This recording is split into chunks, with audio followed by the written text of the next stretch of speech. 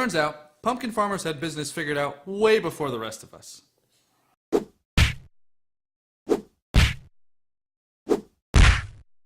Welcome to 3 Things You Can Use, where Maddie and I decode self-improvement and entrepreneurship through books, 3 things at a time.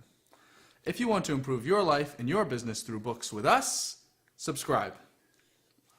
This week's book is Pumpkin Plan, a simple strategy to grow a remarkable business in any field, by Mike Michalowicz. And this guy, after building multiple multi-million-dollar companies before he was 30, wrote Pumpkin Plan to show the business world how pumpkin farmers have been doing it right long before any of us figured it out. Unlike prize-winning pumpkin farmers, most entrepreneurs are stuck in a trap. We've heard it before. We spend too much time working in our businesses, but not on them. But then no one elaborates or shows us how. This book, however, changes that by giving you a catchy, simple system to get your business systems up and running. So, what are 3 things we can use from this book? Row after row of planted pumpkin seeds. Looking out from under your straw hat, you imagine the road ahead while you chew on the piece of straw hanging from your mouth. You'll be sure to win this year's Biggest Pumpkin Award. The words of your mentor pop back into your head. Plant hardy seeds, identify the most promising pumpkins, kill off the rest of the vine, and nurture only the pumpkins with the biggest potential. Easy peasy. A world away, the same thing is going on in the head of Mike Michalowicz, except for this time, it's for his business. The Pumpkin Plan mindset focuses you on just a few good seeds and requires you to destroy the rest. Adios. Then, focus all of your attention on those great seeds, weeding, watering, and reading them books before bedtime. This keeps you from being stretched thin, opening up more time for you to create the systems for your business and freeing up bandwidth for the right opportunities. Take Luke, for example, the guy who has the same name as I do that Mike used as an example in his book. Luke had a coding company. Luke had 8 people working for him. Each of the 8 knew a different coding language. Therefore, Luke had all of his bases covered, except for his mortgage base, or his profit base for that matter. With all of these employees spread across all of these languages, there wasn't enough business for his mediocre one-stop shop, and he couldn't possibly pay them all without taking a hit himself. Enter the Pumpkin Plan. Keep only the employees whose coding language was used most often, and cut ties with the less often used languages.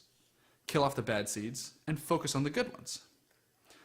Now Luke has a more specialized mindset and a more profitable business.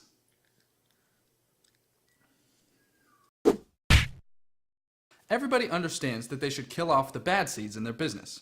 Luke's situation wasn't that hard to figure out. That's riches in the niches, not a particularly revolutionary idea. But Mike Michalowicz is not done yet. He says to pumpkin plan your clients, too. Yes, you heard right. That means he wants you to get rid of some of your clients. What kind of lunatic would tell me to throw away money with the intent of making more money, you say, as your eyes cross.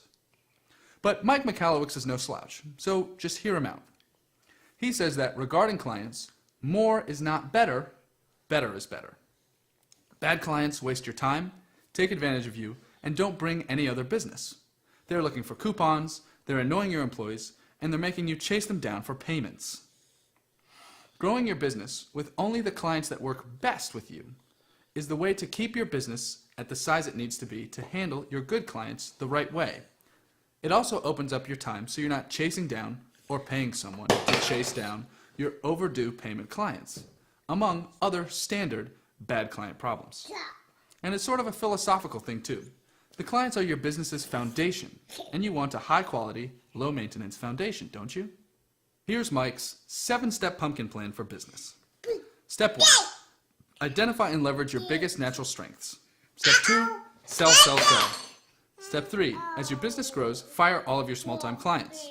Step 4, never ever let distractions, often labeled as new opportunities, take hold. Weed them out fast.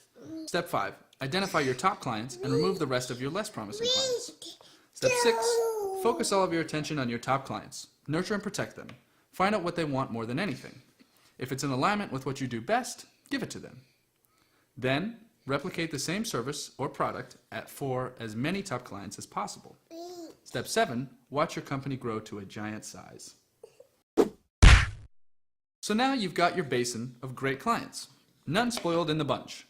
Your business is growing, and it's a healthy, hearty growth. Time for a trick. Go to your best client and ask to meet their vendors, their other vendors. Odds are that their other vendors have clients just like your best client that would like your products and your services. See where this is going? Boom! Repeat and repeat on down the line, meeting great clients from other vendors, from your best clients. And pile up on the good clients. There's a bit of a tiptoe to perform here, as you don't want to spook your clients, and you don't want to spook their vendors. If pursuing this technique, you have to frame it the right way with the clients. Say you want to meet the vendors so that you can serve them better, the clients. Make them see that it's for their benefit. And when talking to other vendors, don't seem like a threat. Ask the vendors for advice on how they treat their customers, that kind of thing. Then, eventually, meet some of their customers or get their info. Maybe even work out a little customer info trade deal. Flip and swap, dip and dunk. There are many different ways to go about filling up at the vendor well. Figure out which way works best for you and see a massive increase in prospects, sales, and ultimately, growth. So, to recap, wipe the sweat from your brow, it's pumpkin time. Plant hardy seeds, identify the most promising pumpkins, kill off the rest of the vine, and nurture only the pumpkins with the biggest potential. The customer is not always right, but the right customer is. Dip into the vendor well to get good clients from good clients. Entrepreneurs don't do most of the work. Entrepreneurs identify the problems, discover the opportunities, and then build processes to allow other people and other things to do the work. This was the main gem of the book. And alongside this gem were other tidbits and whole sections that I couldn't include, as usual. I checked this book out because it was in Tim Schmoyer's recommended list. The Pumpkin Plan is a simple and memorable framework, and I think Mike Michalowicz accomplished what he set out to do with this book. He also, at the end of each chapter, gives an example for how to pumpkin plan a particular industry, and has some pretty good ideas, I thought. I listened to the Audible version. He reads this himself, and he reads it with a lot of energy. And for more info and some different tools and spreadsheets, you can check out the website, pumpkinplan.com, for this book. If you're not subscribed, make sure to subscribe so you don't miss next week's video. Thanks for watching this with us, and we'll see you next week. Bye. Bye.